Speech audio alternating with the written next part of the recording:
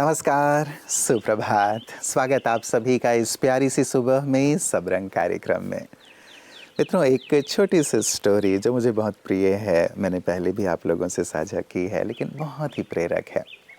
एक छोटा सा बच्चा भरी दोपहरी में नंगे पैर फूल बेच रहा था। एक व्यक्ति ने उसे देखा, उसे दया आई, पास की दुकान में जाकर जूते खरीदे, बच्चे को दिए। जब जाने लगा जूते देकर वो व्यक्ति, तो उस बच्चे ने हाथ पकड़ लिया उस व्यक्ति का, कहा, "आप भगवान हैं?" तो उस व्यक्ति ने हिचकिचाते हुए कहा, "नहीं, नहीं, मैं भगवान नहीं हूँ।" तो बच्चे ने कहा, "तो ज़रूर आप भगवान के दोस्त होंगे, क्योंकि कल ही रात मैंने भगवान से कहा था कि प्रभु, मैं जब फूल बेचता हूँ ना तो मेरे पैर बहुत जलते हैं, कृपया आप मेरे लिए जूतों की व्यवस्था करें, और देखो आज उन्होंने मेरे लिए जूते भेज दिए, तो आप ज़रूर भगवान के दोस्त होंगे।" वो व्यक्ति मुस्कुराते हुए वहाँ से चला गया और ये सोच रहा था कि भगवान तो नहीं बना जा सकता, लेकिन भगवान का दोस्त ज़रूर बना जा सकता है। कितनी प्यारी सी और प्रेरक सी बात है ना मित्रों। हम भगवान के दोस्त बन जाएं। कितने ऐसे लोग हैं हमारे आसपास जिन्हें सचमुच आवश्यकता है ना हमारे। जब कभी भी देखें जहाँ आवश्यकता है और जहाँ मैं मदद कर सकता हूँ, वहाँ मैं अवश्य मदद करूँ। चलो, कोई चीज़ देकर मदद ना की जा सकती हो तो हो सकता है मेरे 2 शब्द किसी को मदद कर सकते हैं। यदि कोई गिर रहा हो, परेशान हो, चिंतित हो, किसी उलझन में हो, मैं यदि प्यार भरी 2 बातें कह देता हूँ, आशा भरी 2 बातें कह देता हूँ, तो मैं भगवान का दोस्त बन जाता हूँ। तो क्यों ना हम सब भगवान के दोस्त बन जाएं, और संसार में जब ऐसे भगवान के दोस्त घूम रहे होंगे चारों तरफ, तो संसार स्वर्ग ही बन जाएगा। तो आइए संसार को स्वर्ग बनाने के संकल्प के साथ चलते हैं आज के सुंदर सुवाक्य की ओर। जिस दिन तुम्हें फर्क पड़ना बंद हो जाएगा, उसी दिन लोग तुम्हें मानना शुरू करेंगे, क्योंकि असली ताकत है अपने काम पर ध्यान देना, न कि दूसरों की राय पर। सुबह जल्दी उठना, छोटे छोटे कदम लेना और हर दिन थोड़ा बेहतर बनना, यही असली जीत है। जब तुम खुद को बदलते हो तो लोग भी बदलने लगते हैं, और जब तुम दूसरों को भी हौसला देते हो तो तुम्हारी रोशनी सबके रास्ते को चमका देती है। याद रखो, पॉजिटिविटी फैलाना ही सबसे बड़ा इम्पैक्ट है।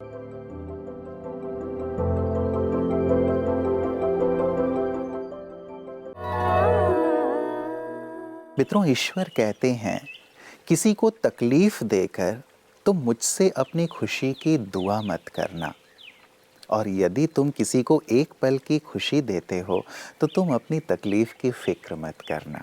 मैं बैठा हुआ हूँ। बहुत प्यारी सी बात है ना। हम हमेशा अपनी खुशी की दुआ तो करते हैं, लेकिन साथ साथ औरों को तकलीफ़ भी दे रहे होते हैं अपने शब्दों से, अपने कर्मों से।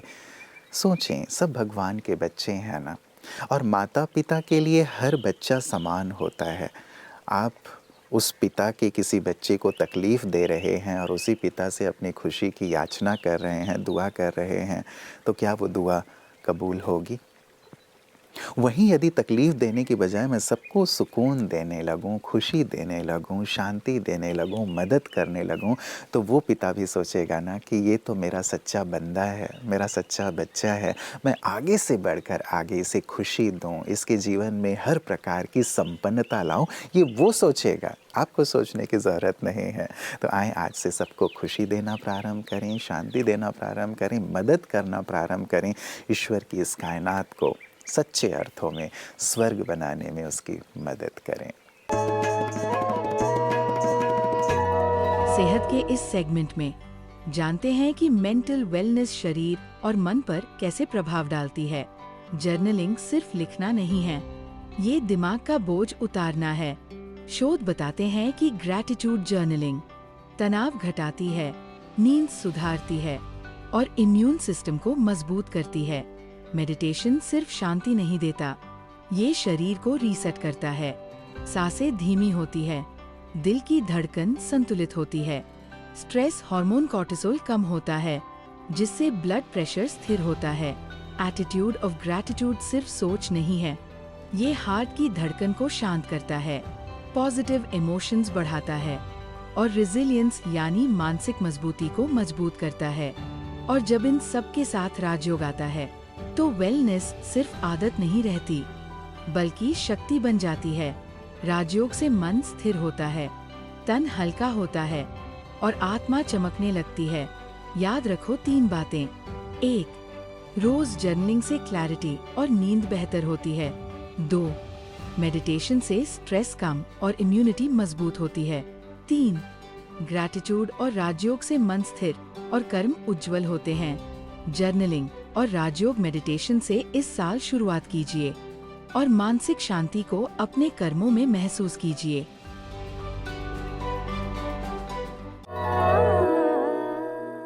मित्रों, भगवान कहते हैं तू करता वो है जो तू चाहता है, लेकिन होता वो है जो मैं चाहता हूँ। इसलिए तू वो कर जो मैं चाहता हूँ, तो वो होगा जो तू चाहता है। कितनी प्यारी सी बात है ना। हम सभी अपनी चाहनाओं के पीछे ही भाग रहे हैं और वो चाहनाएं पूरी ही नहीं होती और हम जीवन के बिल्कुल अंतिम कगार पे पहुंच जाते हैं। भगवान ने कितना सुंदर सूत्र हमें दिया है, तू वो कर जो मैं चाहता हूँ, तो वो होगा जो तू चाहता है। भगवान जो चाहते हैं हम वो करना शुरू करें। और वो क्या चाहते हैं? सबको आनंद दो, खुशी दो, सबका कल्याण करो, सबका भला करो, अच्छे कर्म करो, नेक कर्म करो, सबके लिए अच्छे भाव रखो, सबकी मदद करो। यही तो ईश्वर चाहते हैं ना अपनी कायनात के लिए, अपने बच्चों के लिए। और जब हम ये करना शुरू कर देते हैं ना, जो वो चाहते हैं, तो वो होने लगता है जो हम चाहते हैं। इसे हम करके देखें, सचमुच ये कार्य करता है और यही सच्चे सुकून का, सच्ची खुशी का मार्ग है। तो आज हमारे साथ यहाँ पे जो बच्चे आए हैं, तो उनके कुछ सवाल आपके लिए हैं। तो अरुणोदय जी, पहले उनसे थोड़े से सवाल पूछ लेते हैं कि वो आपसे कुछ जानना चाहते हैं, कुछ पूछना चाहते हैं। तो कोई बच्चा है? मेरा नाम संचानी पॉल है और मैं ये पूछना चाहती हूँ कि हम अपने अंदर कॉन्फिडेंस कैसे बिल्ड करें। जी, तो एक मैंने बात की आपकी लैंग्वेज के कंफर्ट की। तो आप ऐसा है कि कई लोग, मैंने ऐसा भी देखा है, वो कंफर्ट हिंदी में फील करते हैं या अपनी हिंदी में भाषा में फील करते हैं, वो कंफर्टेबल है वो इस भाषा को बोलने में। बट आजकल मुझे नहीं पता ये क्या ट्रेंड चल रहा है आजकल, ये कि लोग they feel proud in saying that we don't know how to speak Hindi. मुझे नहीं पता ये कैसा प्राउड है। तो ये कोई ज़रूरी नहीं है। जब तक आप इंटरनेशनल कम्युनिकेशन पर है, जब आप इंटरनेशनली कम्युनिकेट कर रहे हैं, तब इंग्लिश नेसेसरी है। लेकिन अगर आपको कॉन्फिडेंस बिल्ड करना है, कहीं क्वेश्चन पूछने हैं, कहीं आपको स्टेज पर आना है, तो आप अपनी कंफर्ट लैंग्वेज का इस्तेमाल कीजिए। सबको यहाँ पर हिंदी भी आती है, इंग्लिश भी आती है। आपको जो भाषा भाती है आप बोलो उसमें। ना उसमें कोई ना शर्माने की बात है, ना उसमें कोई हिचकिचाने की बात है। तो बस ऐसा है। तो इससे ही हम अपनी लैंग्वेज से ही अपना अंदर कॉन्फिडेंस बिल्ड कर सकते हैं। तो बेटा, सबसे पहले कॉन्फिडेंस के लिए, जैसे कि अरुणोदय का कहना है कि आप अपने कंफर्ट जोन में आइए, ठीक है। अगर आप ये सोचते रहेंगे कि सामने वाला क्या बोल रहा है या उसको क्या पसंद है या कहीं मैं गलत वर्ड्स तो नहीं बोल दूंगी, यू नो, जहाँ हम सोचते हैं कि सामने वाला हमें जज कर रहा है, तो हम वहाँ हमारा कॉन्फिडेंस लो हो जाता है। Yes. जब आपको ज्ञान है किसी चीज़ का, आज इन्हें भी अमिताभ बच्चन के सामने बैठने का कॉन्फिडेंस इसलिए आया होगा बिकॉज इन्होंने उतना ज्ञान अर्जित किया, उतनी स्टडी, उतना कॉन्फिडेंस इनके अंदर आया। और बोलने का तो है ही, इट कम्स विद प्रैक्टिस। मित्रों, किसी महात्मा ने एक बहुत ही चिंतन की बात कही है, उस पर हम सब ज़रूर चिंतन करें कि यदि हम सूर्य को पीठ कर देते हैं तो परछाई हमारे सामने बनती है। उस परछाई के पीछे आप भागते रहो, उसे पकड़ने की कोशिश करते रहो, वो परछाई कभी हाथ में नहीं आएगी। और ये परछाई हैं हमारी इच्छाएं, कामनाएं, हमारी लालसाएं, जिनके पीछे हम भागते रहते हैं कि ये इच्छा, ये कामना, ये लालसा, वो कभी पूरी नहीं होती। इसकी बजाय आप ये करो, आप टर्न हो जाओ। आप अपना पीठ जो आपने सूर्य की तरफ कर रखा है, उससे टर्न होकर अपना मुख सूर्य की ओर कर लें, अर्थात परमात्मा की ओर कर लें और उसकी ओर चलना प्रारंभ कर दें। तो ये जो भी आपकी इच्छाएं, लालसाएं, कामनाएं हैं ना, वो सब आपके पीछे पीछे चलने लगेंगी। क्योंकि जो ईश्वर की ओर चलता है, उसकी ओर देखता है, सारा संसार उसका हो जाता है, क्योंकि संसार ही ईश्वर का है। और जब आप ईश्वर के हो जाते हैं, उसकी ओर चलना शुरू कर देते हैं, तो सारी संसार का धन धान्य, प्राप्तियां, मान सम्मान, ये सब आपके पीछे चलने लगते हैं। बहुत गहन चिंतन की बात है मित्रों, जिस पर हमें चिंतन भी करना चाहिए और अमल भी करना चाहिए।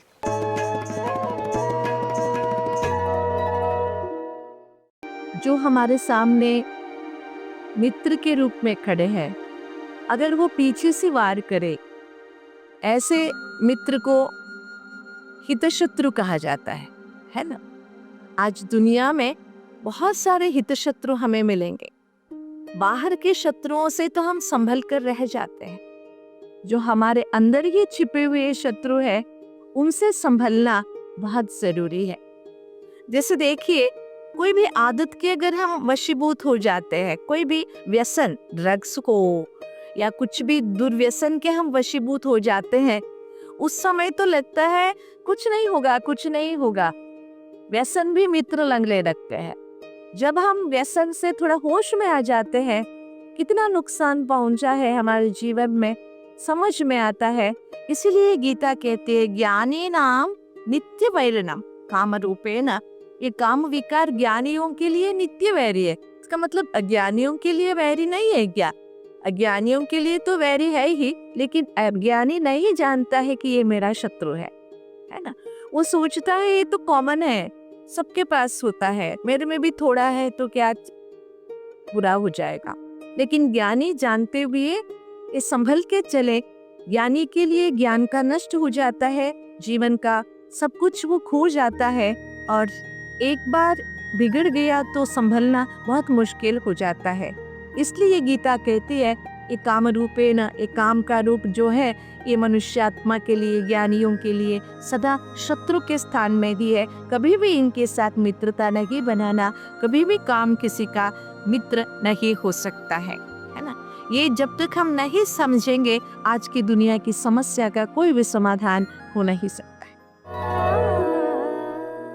मित्रों, आज के सबरंग में हमने ईश्वर से जुड़ी हुई बातें की हैं, क्योंकि वही हमारे जीवन के आधार हैं, सार हैं। वो किसी ने बहुत प्यारी सी बात कही है ना, कि कौन कहता है कि खुदा नज़र नहीं आता।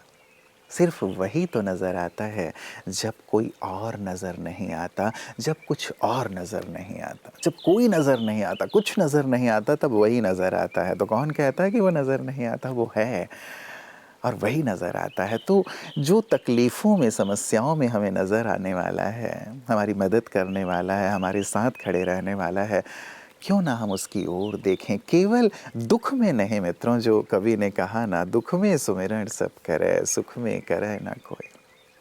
जो सुख में सुमिरन करे तो दुख काहे को होए। कितनी अनुभव की बात है।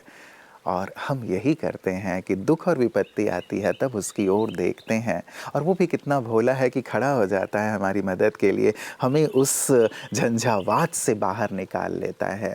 हम इतने स्वार्थी ना बने, हम उस प्यार के सागर से प्यार करें, और सुख के दिनों में भी हृदय से उसे याद करें, हृदय से शुक्रिया करें, तो हमारे जीवन में कभी भी आपदाएं विपदाएं आएंगे ही नहीं। वो हमेशा हमारे लिए हैं, हमारे साथ हैं। हम उन्हें देखें, उनकी मदद लें, उनके साथ रहें, हृदय से उनका शुक्रिया अदा करते रहें। करेंगे ना? कल पुनः इसी वक्त आप सबके साथ मुलाकात होगी कुछ और सुंदर बातों के साथ। तब तक अपना ख्याल रखिएगा। नमस्कार। ओम शांति।